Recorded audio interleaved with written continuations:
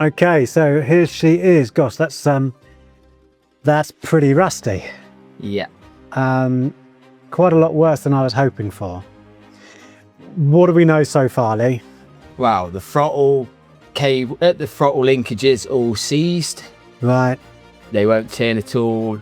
The pipes are all hard and not pliable, so pipes will probably need changing. Anything rubber's gonna have to go. Yeah. Throttle body and everything has got to come off. I'm guessing we haven't had a chance to try and turn her over by hand to see if the actual engine itself is seized. No, I've tried, but I can't get enough leverage lay on the floor trying to turn it over. I think before we go too much further with the project in general and before we start looking at anything else, I think we probably need to work out, is this engine actually seized? Yeah. Or are we talking about engine out, complete rebuild, or let's be honest, is the engine scrapped completely? So I think let's see if we can at least turn her over by hand, and we'll take it one step at a time. Yeah.